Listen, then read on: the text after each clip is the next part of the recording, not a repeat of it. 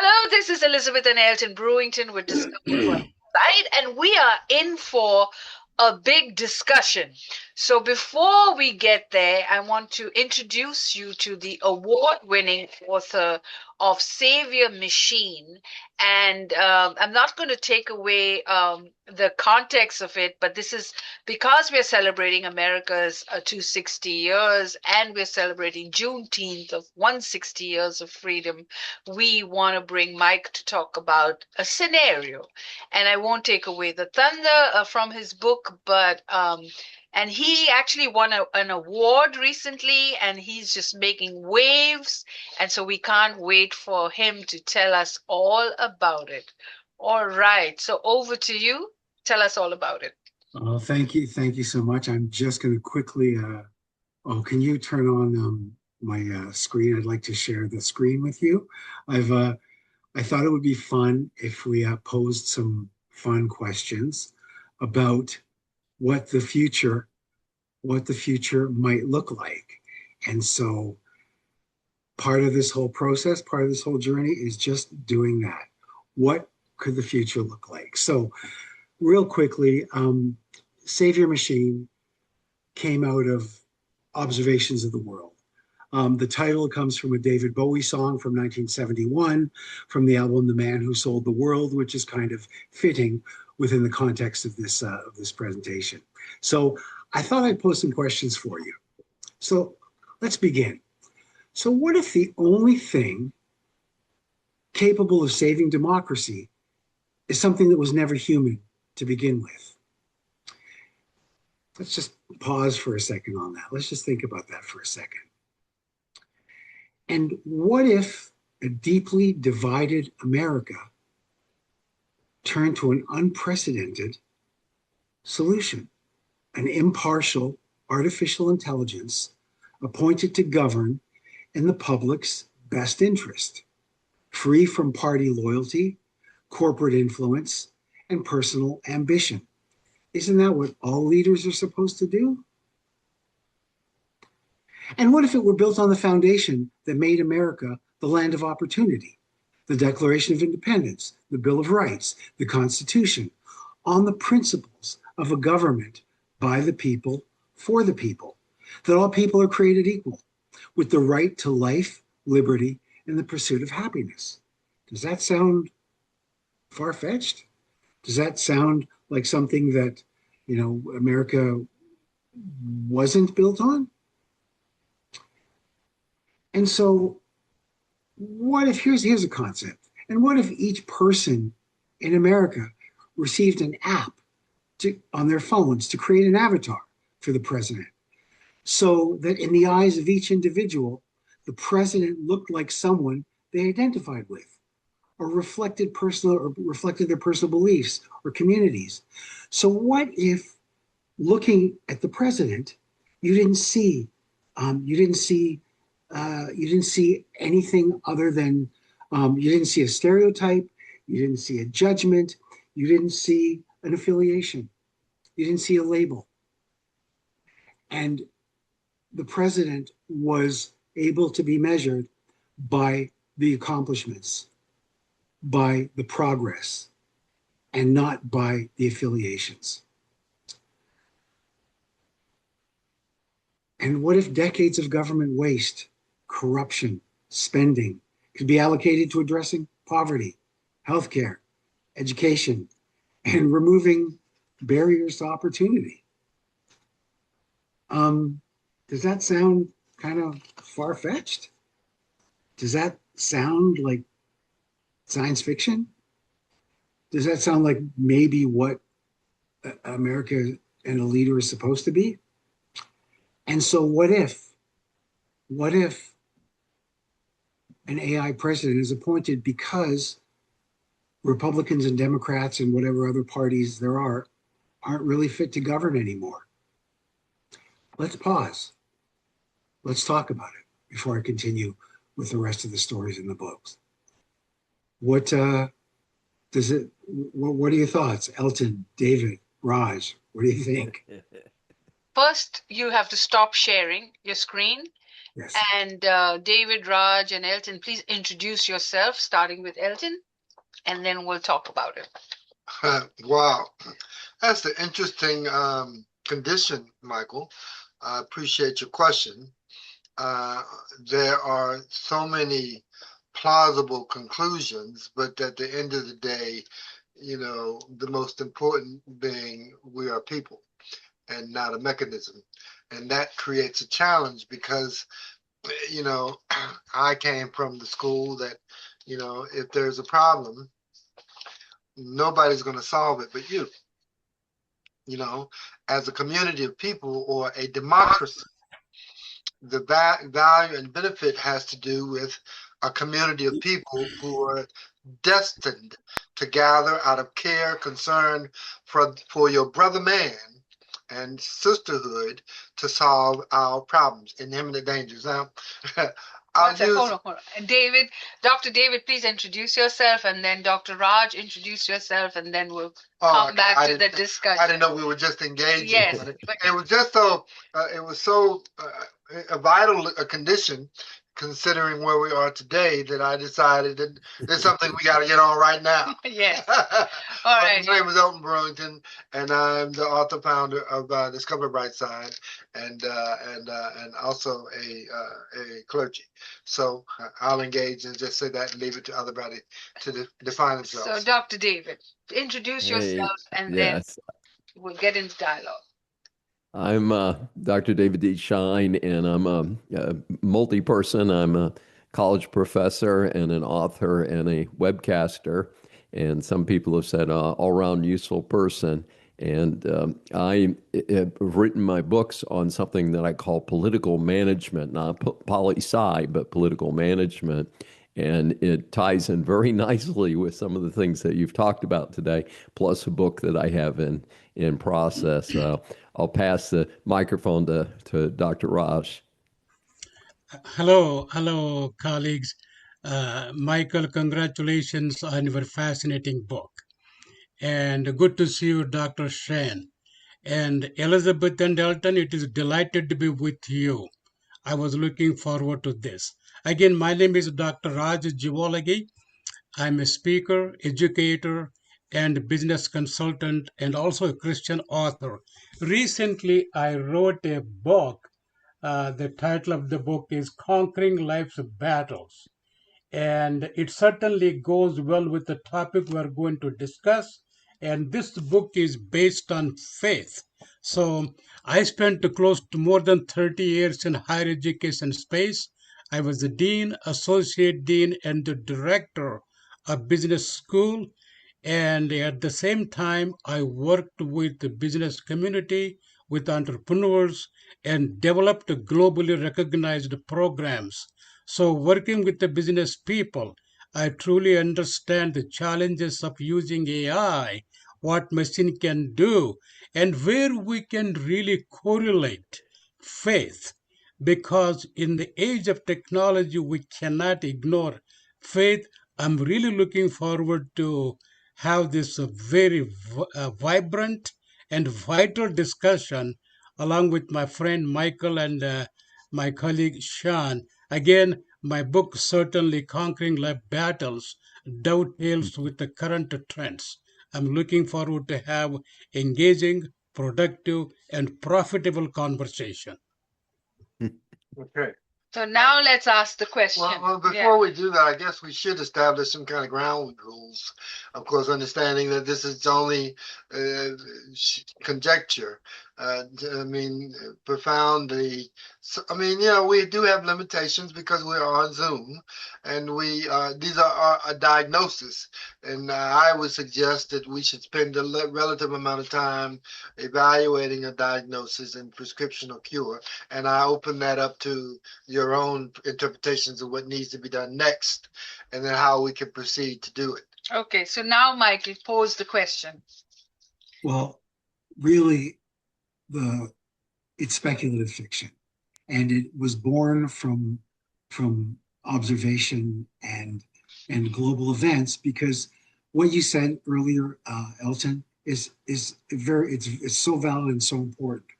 But what has happened in my observation, and I guess in the observation of many, is that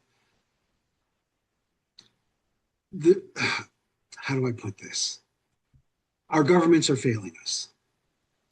And so what solutions do we have? We have a two-party system, and we are seeing on a daily basis the decline of the social fabric, the things that make our society strong. And so, born from these observations came, what are we if we're not human, and if we're not able to think about and create solutions, whether they're solutions in our minds, whether they're solutions in our imaginations. And so I pose the question, is it, I'll talk a little bit more about the details of the story, but I'll pose the question, like, is there anyone on the political landscape today that is fit to govern?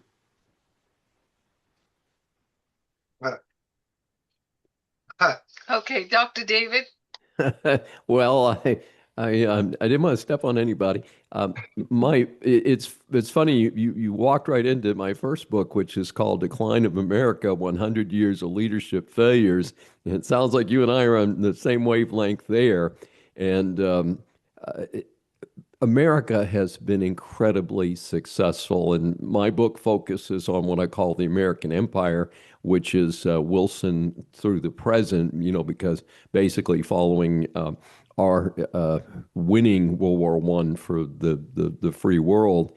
And it's interesting because the point of my book is due to the hard work of Americans and the diversity of our people, we have been successful and have done a lot of neat stuff. But our leaders have been as a college professor, I gave each president a letter grade. The highest grade I gave was a B minus, and I gave a number of D minuses and one F so far. So it's almost tempting to say, well, maybe we put the AI in charge, but keep having the American people rolling along, because AI might do just as well as some of the people that we've had in the White House. So it is a kind of an interesting point. And I love that. And I'm going to get your book because I definitely need to read that. But what I wanted to point out was that, we hear this all the time with AI. How it's developed, how it's programmed is going to reflect how it sees the world. And so the story is really about nonpartisanship. It's about people who believe in the values of America, regardless of party affiliations, who build it based on the foundations of America: historical, present, policy, Declaration of Independence, Bill of Rights, all of the things that America was founded on. So that's the lens. But the conflict in the story, obviously, is, the old guard wanting to destroy the progress to maintain the power. And therein lies the conflict, without any spoilers. But it also offers solutions. And I'm excited to read your book, because it's not just a sci-fi story. It offers solutions. Solutions around, the long-term investment in healthcare, in education, in poverty relief. I come from 30 years in the social services sector, so those things are very, very much top of mind for me. And so I try to offer solutions within the context of the story, but also the fallibility of humans, that humans can be corrupt. We are corruptible. We're not worthy. And as a holy man, Elton, you understand that we are humbled before our Maker because we are not worthy. And in our beliefs, our Lord and Savior died for our sins, because we are human, we are imperfect. But through our imperfections, we create beautiful things. So anyway, I'm going to digress here, but so the story. Let me add this as a comment and curious condition is that, you're right. I mean, we're all humbled by our existence because no one person has the capacity to create or birth another human being or be responsible. We can be responsible for others, but at the end of the day, any person who would step out and say, I'll do it, or I'm in charge or that kind of thing, you'd have to look at kind of funny because you say you could do all this but yet you don't have any kind of power, and so it comes down to whether it's a question of we will allow. I mean, because there's certain tests you'll have to pass. I mean, are you compassionate? Do you care for your men, women, or people that you can be responsible for? And can you really protect them and then make provisions for them? And but yet we have to rely on and depend on other people to do those things and to manage the systems that do that. So these are real conditions. And so, and any person say, I'm the person, I'm in charge. That person you're going to look at real funny to say, are you really in charge? So, and this is a conversation that we'll engage upon with each other. And hopefully, I don't know if we'll reach a conclusion, but it may create more questions. But that's where I stand right now. All right, Dr. Raj. Yeah, I would like to, Michael and Dr. Shane, I would like to frame my answer within the framework you just discussed. Three things you said, Mike, extremely relevant to our today's discussion and also in order to reach a conclusion if that is possible. Our conclusions not it is the hypothetical conclusions because we're dealing with the age of AI. Here what I'm going to espouse. Number one, three things you mentioned. The power of this great country. Number one, it is continued to be powerful. It became powerful. The question is why it became powerful. Number two, how the external forces are destroying the internal system and allowing the external forces to intervene. Extremely critical point. Number three, Number three is even more profound historically.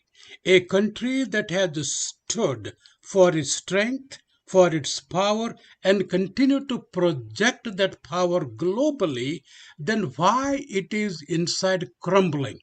So when something under your own foot shaking and crumbling, regardless of the parties, you are going to bring in something unique. Is that going to govern because we are failing? The question is this. You are going to address that. We can address that. When a system fails, no matter how powerful that is it possible to introduce a solution that can do better than what we're doing? Is that solution machine based? Is that solution man based? Or is that solution a combination of both? Let me espouse this. Take, for example, Mike. I really, really admire when you said, my book is based on faith, how to handle conquering difficulties. Okay, and anything that deviates from the fundamental truths, no matter how strong a nation is, no matter how strong a government is, once we deviate from fundamental truth upon which everything is built, it slowly cracks because we are diluting the values. Then you are creating a system, people, policies, whatever they may be. They're not going to abide by those values. Take, for example, in our own eyes, the Roman Empire. They conquered the whole world. We know the story. So powerful. Why did they crumble? Are there any lesson to this great nation? The nation is not only crumbling within the system, just like the Roman Empire does. Therefore, when the country is powerful, when the leaders are failing us, is it possible to have a solution that is going to bring it together? So I'm going to stop there. Then I'm going to pick up. I have a couple of points I would like to inject as we continue. So I'm framing my answer in that framework. powerful system, and system is failing us. Why that is failing us? What can you learn from the Roman Empire, so powerful for centuries and completely collapsed? And now, is there a solution that can be used to restore and reclaim? I'm deliberately using those two words, restore and reclaim that power, so that we can continue to stand values and power. Okay, back to you, Mike. Back to your presentation. Wow. Raj, I got to tell you, I think that's well above my intellectual pay grade. Um, but wow, you bring some amazing points in, and I think you know, as a cautious optimist, um, one would hope, I would hope that that this is not, we're not witnessing the crumbling of another empire, that we have the intelligence, and we have the ability to find solutions. And so I'm just going to bring it back to the book for a second. So the book really starts with a dying president, a president who is literally on his deathbed. And he has come to the realization that he and his administration and his predecessors were very much involved in the decline that you actually talk about, Raj. And so, in a way to sort of come clean before his death, he puts together this group of people, from law enforcement, from all of the from Homeland Security, CIA, FBI, but not the leaders, the people in the middle who still believe in the goodness of America. So these people come together to create the AI. And so by executive order on his deathbed, he appoints, and some of you may recognize the reference. I call the AI engine President Hal, which is reference to 2001 Space Odyssey. I think it was written in the 60s, but so there are references to previous works of science fiction, but I digress. So this is how it becomes, and so the story focuses on the accountability and the resistance that comes from both sides. People begin to realize that their fears are the same. Their protests, the protesters on whether it's far right or far left, they're complaining about the same things, and they want the same things. And so indirectly, this sort of consensus is built, because people are realizing that we're not that different, and our basic values and our basic needs are not that different. And so these are some of the things that the story explores. And so, but again, the conflict is the old guard, and so this is sort of where the story goes. And without spoiling it, it poses some pretty moral and ethical questions about humans, about human nature, and about whether our leaders, and about power and corruption. The expression "power corrupts absolutely." We've all heard these expressions before, and so it looks at some of these questions. And there's a lot of irony in how the story unfolds and how it ends, and it's just the beauty of fiction is you can go anywhere. And I have a little disclaimer in the book, and I say, they say that truth is stranger than fiction, but fiction sometimes makes truth a whole lot more interesting. I'd like to add the value. I mean, I have to apologize because I have not read the book, But if I would have and know the book, then I probably could be more accurate about my descriptions involving our answer and solution to things. But I will say this, that in any system, in any environment, it's the structure of the people who are members of the group and environment that, of course, have to believe in the structure and foundation of the environment itself. The thing that makes America strong, as it were, is our belief in the Constitution and our belief in the system that it represents. Also, what's important is our belief in the monetary system that supports the environment, which is essential. And so what happens if tomorrow we all woke up and we didn't believe in the US dollar anymore? That would create a chasm of complications, as well as we didn't believe in the Constitution anymore. So, but here we are. I believe in the dollar and the U.S. Constitution and the systems that defend and protect and provide for the needs of the members of our community. And so with that, it's a question of who can stand up for the same system of beliefs in a way that's fair, honest, and strategically appropriate to keeping our resolve complete and preserve the integrity that it represents all this time.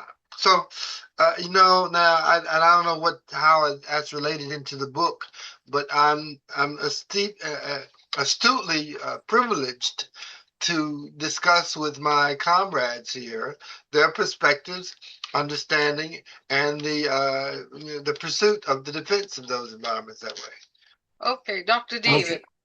Sorry. It's a really interesting question. One of the things that came to mind when you're speaking was about this issue of having something that is really neutral, that it's not, far left, far right, whatever. And one of the issues that I see right off the top is that my experience with AI, and of course I've used AI in limited applications, is that it does tend to lean left. And I believe this is tied to people like Bill Gates and the Silicon Valley crowd tend to be left-leaning, which is very interesting because many of them are billionaires. And of course, the left supposedly is in this campaign against billionaires.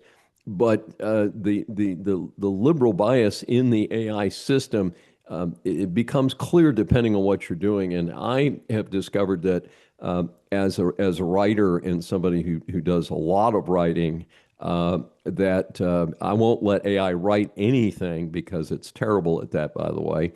But I find it's if I want to look up, well, who did this or what happened here or things like that, that it's reasonably quick.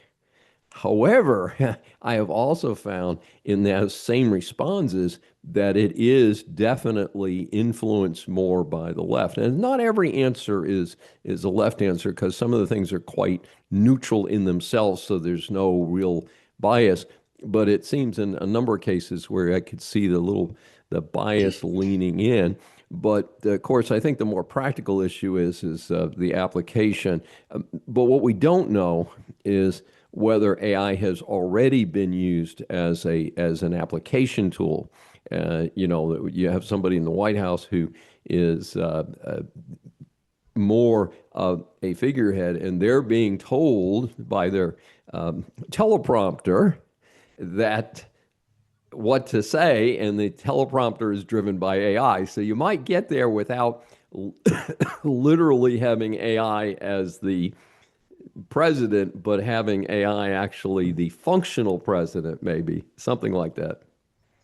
Yeah, David, first of all, I love that you went down this path, and Elton, I do want to address what you were talking about as well, but David, you're so right, because it's the creators of the AI whose bias it will reflect, and so being very mindful of that, I try to bring it in, because we're in a society that has very good and very strong liberal values. we're in a society that has very good and very strong conservative values. And those things working in harmony creates a better society. And so but to your point, I find like when I work with AI, I find the same thing. I'm much less sort of uh, concerned with that because we have our beliefs and we know what we but there's certainly these observations are very noticeable. Now, if I may, Elton, you talked about how do we get there, and this is something that I've been very much uh, involved in my work in the research that I do around the systems and the distractions, because what's happening in my observation, and I'm sure in the observations of a lot of us, um, is that most things political right now are distractions. You know, the world seems to be divide and conquer. As long as we are divided as people, we will we will never hold governments accountable. And so this is where we're sort of to be cliche, rock in a hard place. Um, we have to be able to set aside the distractions, the division, the hate, the labeling, the virtue signaling, all of those terms, all of those things that we see through social media, through regular media, through politicians. Like, it is such a distraction. I talk to my kids about this all the time. Don't be distracted by the noise. What's right? Doing the right thing, being a good person, living a good life, taking care of your neighbors, paying your success forward. The basic values that we all have, that we all grew up with, that's what's important. And if we clean up our own backyards, and if we help to clean up our own communities, and if we help our neighbors in our towns and our cities, if we all work together, that's how we make change. Because trying to do the top down change, David, you probably know this better than anyone. Um, that type of change does not happen overnight. The change has to come from the grassroots, and it may take decades for that change to happen. Like, what are your thoughts, David? Well, I think that we are in a period of extreme change. And of course, AI is not a footnote to what's happening in the world. It's being integrated into what's happening, which makes your book very timely. But it's a period of extreme situations where we have um, tremendous risk around the world with China has hundreds and hundreds and hundreds of nuclear weapons. And the tiny country of North Korea, while its own people appear to be starving, is making, has 100 nuclear warheads, some of which have ballistic missiles that could come to the United States.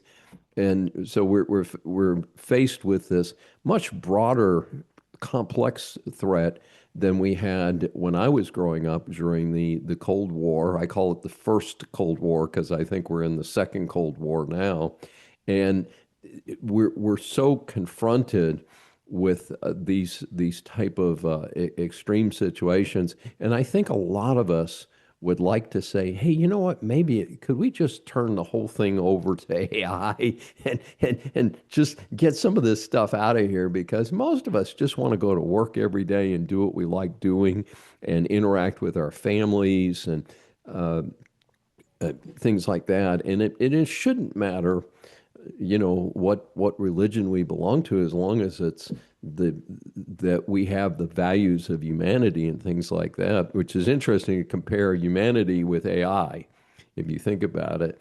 But I think there's a path forward, but I'm not sure if we can get enough people on that path to get there. So true. It's such a good point. Raj, what do you Yeah, think? yeah, I think the points are extremely important, what you just discussed. listening very closely, I just got more and more curious about the role of AI. I'm going to, again, I admit, Michael, I'm going to read your book. I'm really excited. Adding to what Dr. Shane and you and Pastor Elton alluded to the discussion, here are a couple of points. You made a very important point, both of you. The creator of AI. AI is not going to go away. AI is encroaching our all aspects of our lives, individuals, institutions, and the world. That is given. That trajectory cannot be changed. That is given. It's going to continue to provide. Here are some thoughts, Michael, going forward. Knowing that AI is going to become extremely powerful, we cannot change that. And is AI going to control us, or are we going to control AI for the benefit of humanity, regardless of the politics? That is very, very important. Those who are willing to control have a different agenda, motivations.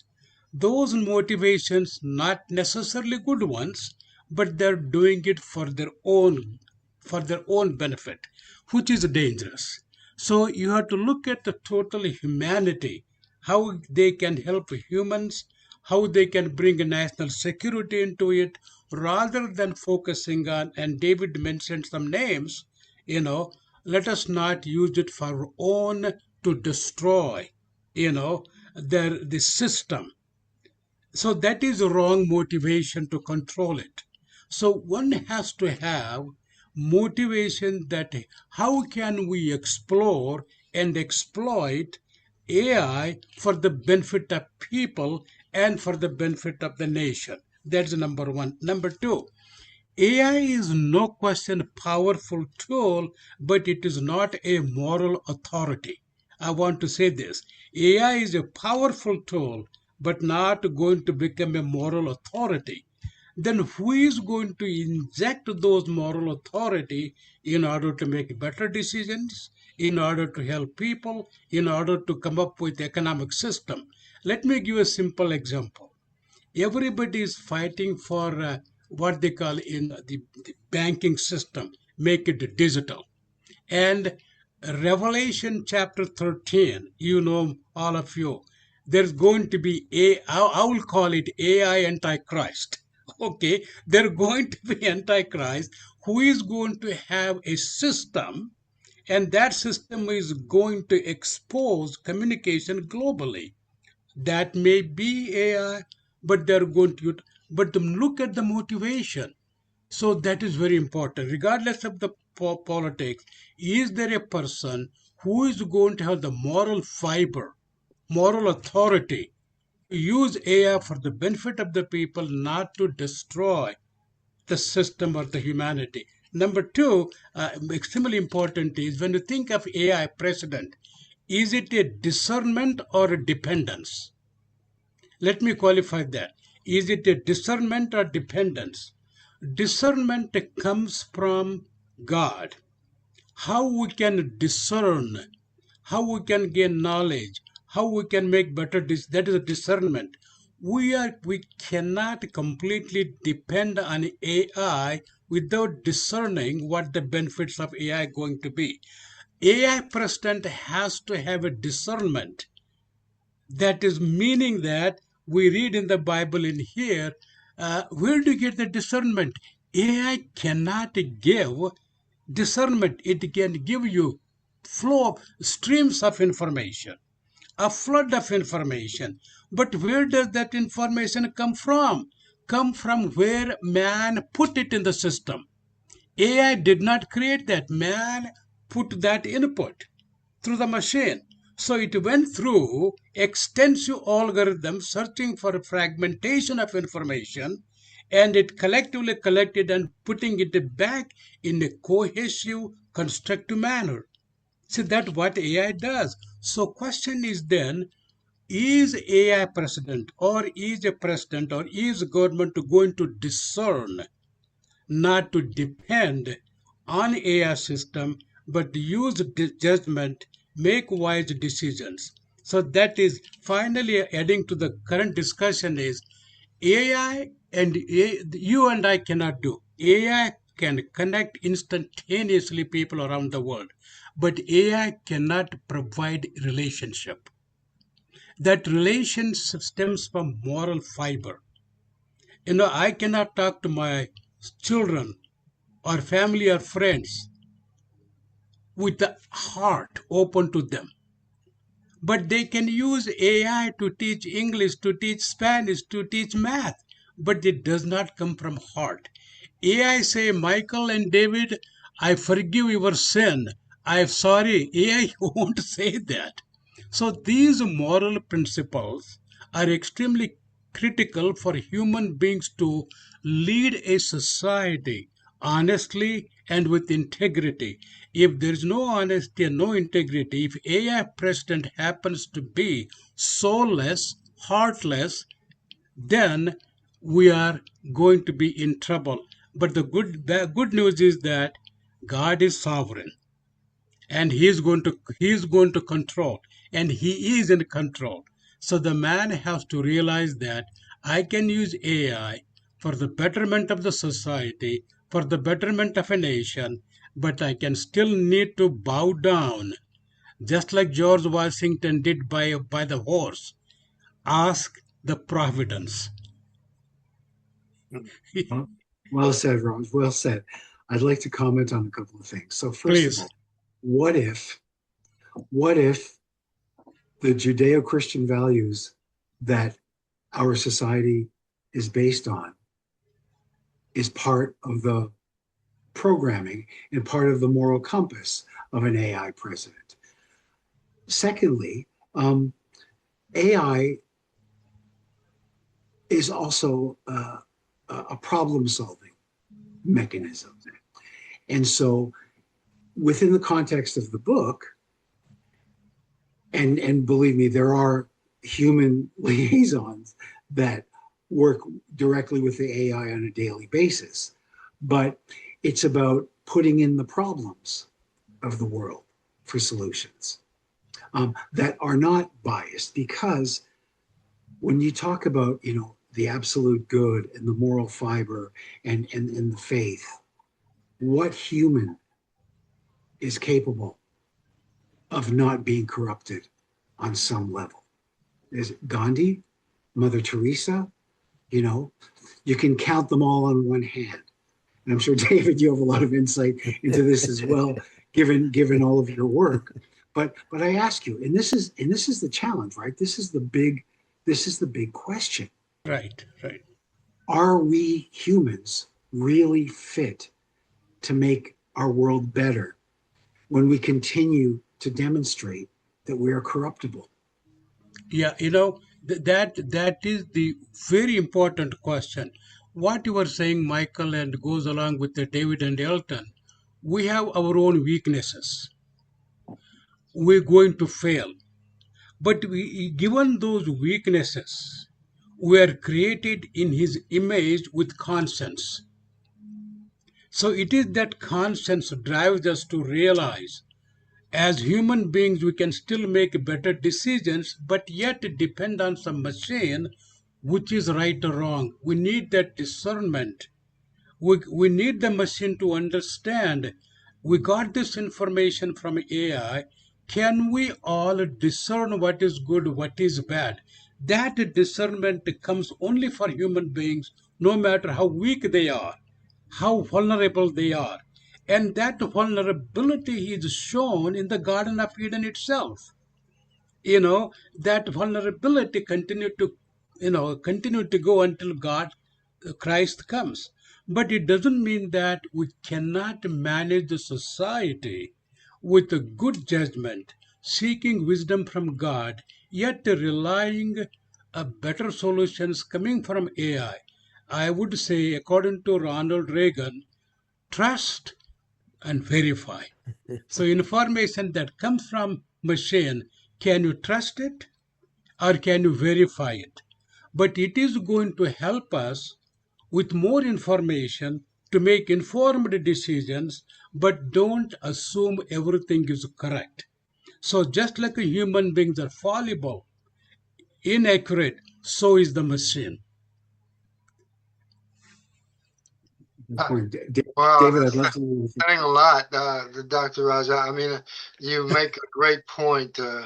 As I understand and have heard you, you mentioned the point of confirmation and authority. Who gives us the authority? The authority. And AI cannot confirm any authority. They cannot confirm authority. You know, they could verify, but I mean, so, but the point that I had on my observation in the standpoint that we are here and we have capacity and we have limited capacity. And now, from God's point of view, He has absolute capacity. And for the most part, as a general course for each human being, we're here. And I mean, to God be the glory, to the standpoint that when you are in capacity, when you and by designation, even every human being who can execute limited authority, limited, even people who are in lawful capacity, limited authority, people under legal authority, limited capacity, in life-changing conditions, limited capacity. But at the end of the day, there is no other that has absolute capacity but God, absolute capacity. Now, and our faith and trust in God, absolute capacity. But, and what's the point that I would like to stress is we have the capacity as human beings to execute moral authority. For the most part, it exists. There is the capacity of immoral authority. There are those who choose and have selected to be immoral. And there's nothing you could absolutely exact upon the immoral community. Now, it's not huge, but what would happen if the tides were to turn and more people selected to be immoral? Now, and even AI, you can't shift the tides from one to the other. I mean, immorality, oh gosh, I'm thankful that we are an moral community. For the most part, 85 to 90% of our community they move toward morality, the right thing, doing the right thing, the course of the right thing, and maintaining the right thing. Yeah, but there's 8 to 10% who never have, never will, and move alternatively. Okay. Yeah, but the point here is that, but the good news is, and this is the good news, is that as a community of people, believers, faith, and justifications, we have control from the standpoint of everyone's on the same, most people are on the same page. Grow your family, grow your children, community of hope, conditions of strength and power to do all the right things all the time, and maintaining that maintaining that perspective. Big deal. So here we are. But you have to think about tomorrow. What does tomorrow look like? I like to say it's all rosy and turn, but Michael, you raise a very important question. And that's the condition of what we're dealing with today. How do we maintain control? How do we keep the upper hand? How do we keep moving in the right direction? And so, and this is a very important discussion, one that we probably need to continue, and one that we need to keep going to keep an upper hand. So I thank you all for being a part of Yeah. this. and I'm appreciative of what it represents and means. So to all the best. So, Dr. David, and then I'll Yes. bring you back, Michael, to finish your presentation. Well, one of the things I was thinking about while you're talking is whether we could, because we create AI is created by humans, is whether we could imbue AI with Judeo-Christian values as part of its core operation, so that we could be assisted by it in that direction. And I'm not in any way replacing traditional religion or religious observance of any kind. And of course, you can be a very holy person and not follow any particular religious approach. But I'm just wondering if we could make this thing work a little bit better for us in that regard. And the other question, of course, that we talked about is whether you could actually create an AI that does not have a political bias or some other bias. And of course, referring back to Hal and to a movie that almost all of us of that generation have seen, is what about if the machines actually do take over? So that's a little scary in itself.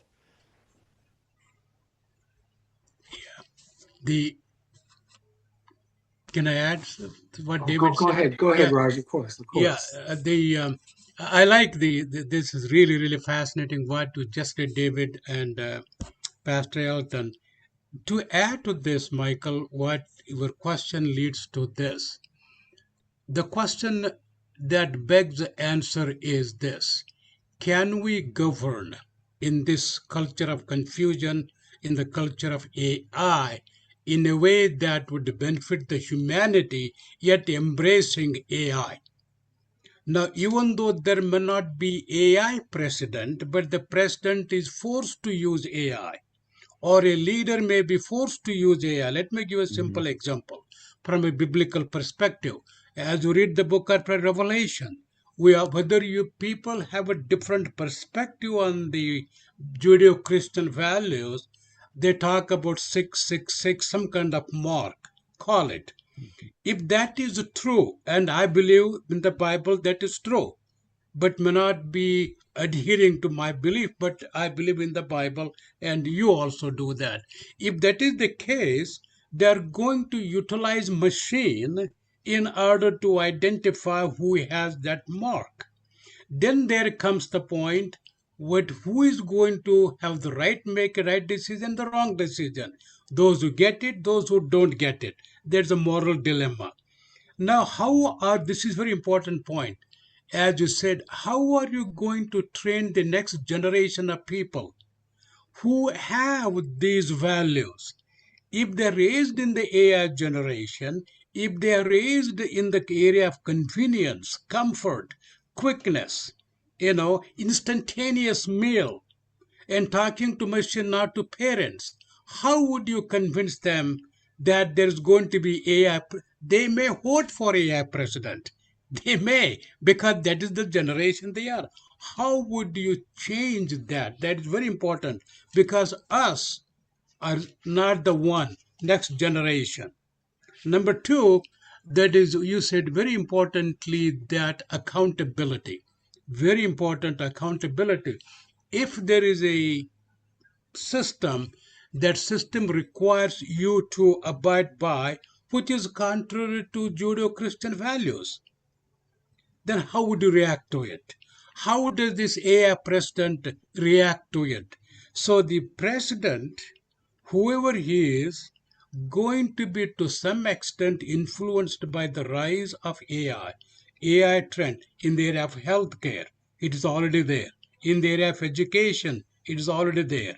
In the area of nuclear weapons, it is already. Look at the drones, for example. Look at the communication tool. The most powerful tool AI is giving here is communication that is ubiquitous, that is everywhere. Communication, and the information. So, given all of that, it is possible that There may not be an AI president, but there may be a president who is influenced by AI. That is the my take on this. In a way, that is, what about the worship? Are they going to put AI as a tool? Are they going to use their sermons coming from AI? They can do better preparation giving a sermons, but that comes from the machine, not from the heart of a pastor or a clergy. you know so AI says, here is the sermon. You don't have to prepare, Mike, for this coming Sunday. Use my bullet points.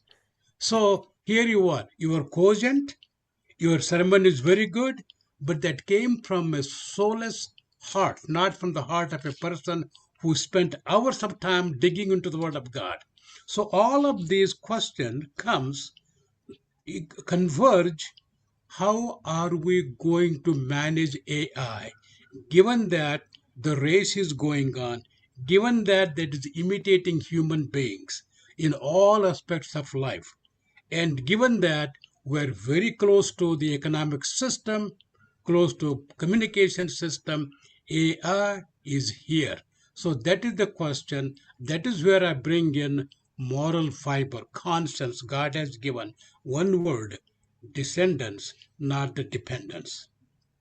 Discernment, not the dependence.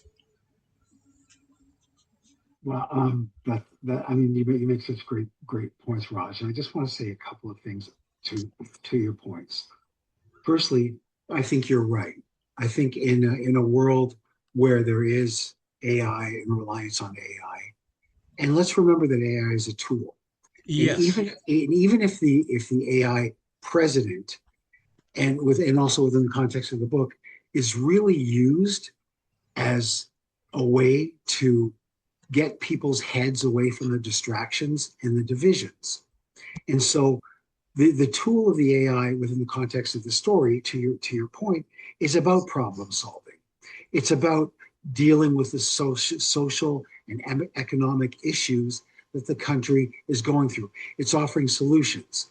And so what happens is that obviously you need people, you need administrations, you need a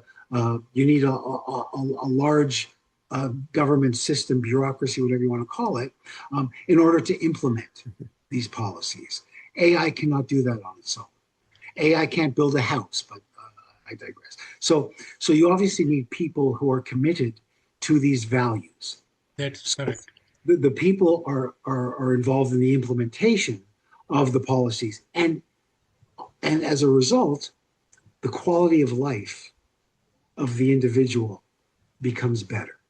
Yes, Better healthcare, cost of living, um, raising a family, cost of housing, cost of gas, all of the things that are relevant today and have always been relevant to people in the quality of life. All of a sudden, when these things are going on and the results are that the quality of life is better, that's the yin yang, that's the yeah, harmony. And so as from a moral and ethical question, I completely agree that it has to have it's it's kind of a metaphor for the perfect leader, you know.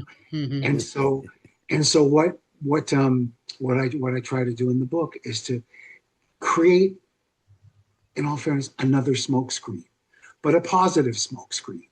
You know, the positive smoke screen is providing monthly updates on policy changes, on outcomes, improvements, and so focusing on that rather than the individual, the partisan politics, the ideology.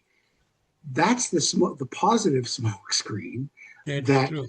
helps to build. So whatever we want to call it, I of course we pose the question because it's fun to talk about.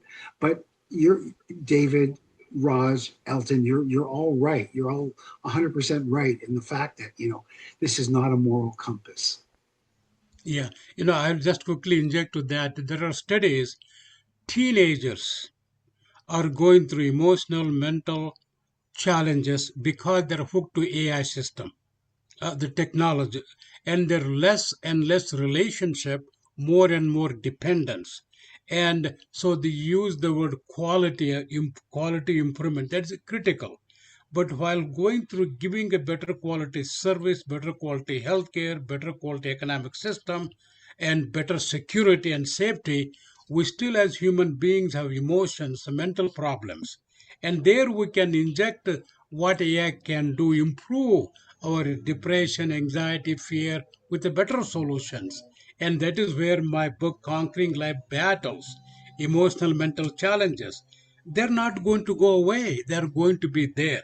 But how can we make it better? How can we as human beings use sophisticated tools such as AI to live a better life until the one who rules the world will come soon? That's Christ.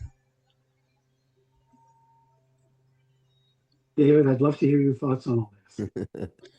Well, I think we need to maintain our human compass. And all of this technology is a wonderful thing. But as a society, we still need to be human beings. And unfortunately, as we've discussed, human beings are far from perfect. And AI is far from perfect because it was created by humans, even though it seems to be having a life of its own.